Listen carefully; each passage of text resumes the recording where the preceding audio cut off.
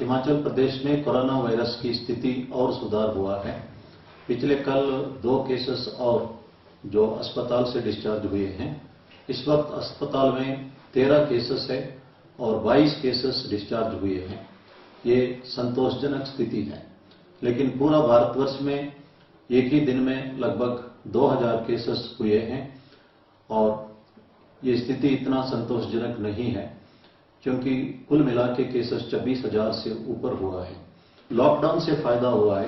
पहले 3.4 डेज में cases double होते थे, अब 11.4 डेज में केसेस डबल हो रहे हैं और जो रेट ऑफ इंक्रीज है वो 6% है, वो भी सबसे लोएस्ट है। लेकिन हम सबको सतर्क रहने की बहुत आवश्यक है। इंटर डिस्ट्रिक्ट मूवमेंट के लिए आप परमिट एसडीएम से ले सकते हैं, क्योंकि इंटर डिस्ट्रिक्ट और इंटर स्टेट मूवमेंट जो है भारत सरकार ने बैन किया हुआ है और जो हिमाचल से बाहर रहते हैं वे भी कंसर्न डिप्टी कमिश्नर से ई पासेस ले सकते हैं और अपना अरेंजमेंट करके हिमाचल वापस लौट सकते हैं। जो कर्फ्यू रिलैक्सेशन आवर्स दिया है उसका बढ़ाया गया है। उसका ये मतलब नहीं है कि आप लगातार 4 घंटा बाहर ही रहना है, अपना काम पूरा होते ही वापस लौटना है। आदेश यही है, घर पर ही रहना है।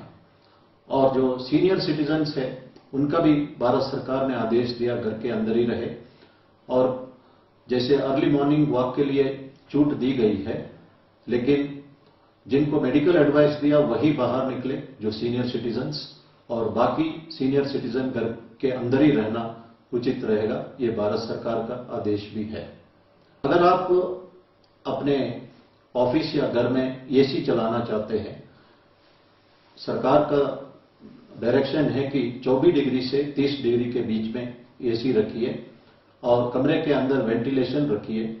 ह्यूमिडिटी 40% से 70% होना चाहिए। उसके लिए आप एक पानी का पैन भी कमरे के अंदर रख सकते हैं और जहां तक हो सके एसी को अवॉइड करिए।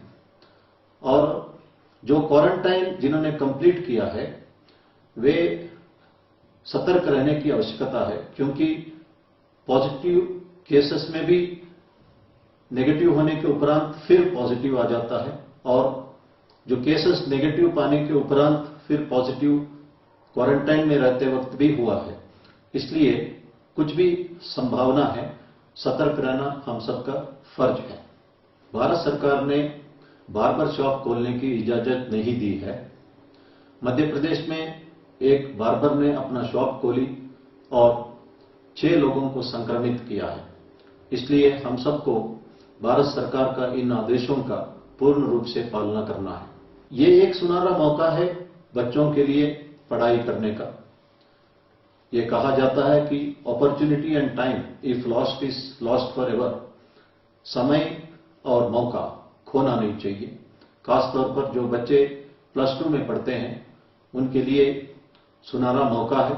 पेरेंट्स अगर हो सके तो बच्चों को पढ़ा सकते हैं, अगर नहीं पढ़ा सकते हैं तो कम से कम बच्चों को पढ़ाने के लिए एनकरेज कर सकते हैं।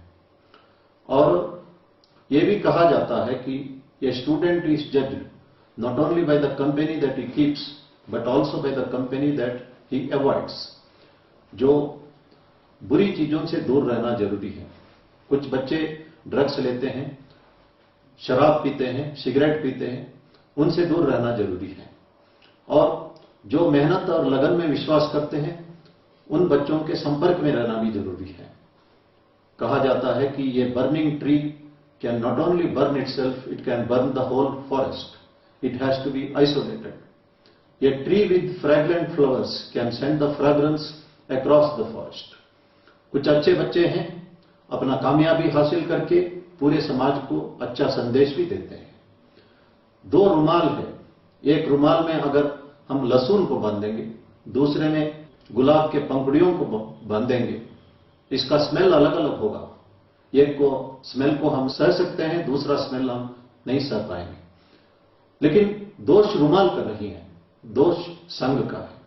इसलिए बच्चों को अच्छे बच्चों से ही संपर्क रखना चाहिए। अच्छा संगत से अच्छा रिजल्ट मिल सकता है।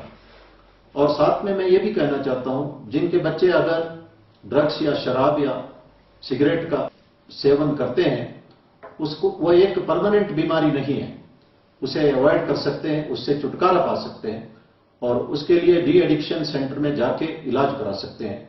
लेकिन ये बात छुपाना नहीं चाहिए और जो डी एडिक्शन सेंटर का फायदा उठाना चाहिए। मैं पेरेंट्स से ये भी अनुरोध करना चाहता हूं कि बच्चों को सोशल डिस्टेंसिंग के बारे में, मास्क पहनने के बारे में और हैंड वॉश तथा अन्य हाइजीनिक प्रिकॉशंस के बारे में समझाएं। और मैं बहुत पेरेंट्स को जानता हूं जो बच्चों के एग्जाम टाइम में कई महीने छुट्टी लेके बच्चों के साथ रहते हैं, बच्चों को पढ़ाते हैं, जो नहीं पढ़ा सकते हैं बच्चों को पढ़ाने के लिए प्रोत्साहन करते हैं। आप लोगों के लिए एक सुनहरा मौका मिला है। सरकार के आदेशानुसार आपको घर पर ही रहना है। मैं चाहता हूं कि ये सुनहरा मौके का फायदा सारे पेरेंट्स उठाए और बच्चों को पढ़ाई में मदद करें।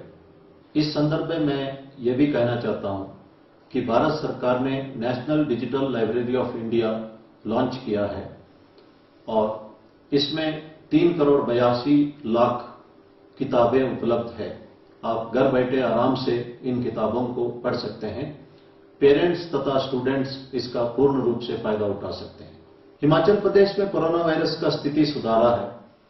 इसका यह मतलब नहीं है कि हम किसी बात पर कॉम्प्लेजेंट हो सकते हैं। मैं एक उदाहरण देना चाहता हूं। 1918 में स्पेनिश फ्लू यूरोप और अमेरिका में अपना कहर चलाया था। उस वक्त अमेरिका में कई शहरों में स्पेनिश फ्लू था। कोलोराडो स्टेट का डेनवर कैपिटल में मेयर ने बड़ा स्ट्रिक्टली सोशल डिस्टेंसिंग, मास्क और आदि प्रिकॉशन को एनफोर्स कराया था और उस वक्त स्पेनिश फ्लू डेनवर में पूर्ण रूप से कंट्रोल हो चुका था। कंट्रोल होने के उपरांत मेयर के ऊपर प्रेशर आया बिजनेस कम्युनिटी का कि इकोनॉमी के लिए लॉकडाउन हटाना जरूरी है। लॉकडाउन हटाया गया, शॉप्स खोले, पब, क्लब, रेस्टोरेंट खोले। उसके उपरांत लोगों ने सोशल डिस्टेंसिंग रखना भूल गए और मास्क पहनना भी भूल गए।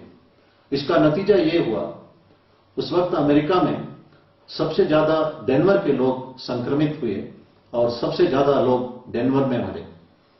हम ये डेनवर का एग्जाम्पल से सीखे और इस वक्त हालत सुधर गया करके किसी तरह का लापरवाही करना नहीं चाहिए।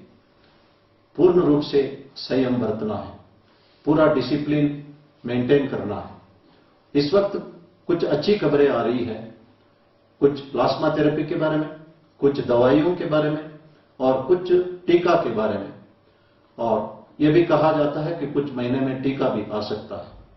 इसलिए लेट अस बी होपफुल और तब तक हम और डिसिप्लिन और मेंटेन करें और एब्सोल्यूट पेशेंस रखें। मुझे पूर्ण विश्वास है अगर डिसिप्लिन और पेशेंस से हम इस महामारी को हरा सकते हैं। धन्यवाद। जय हिंद।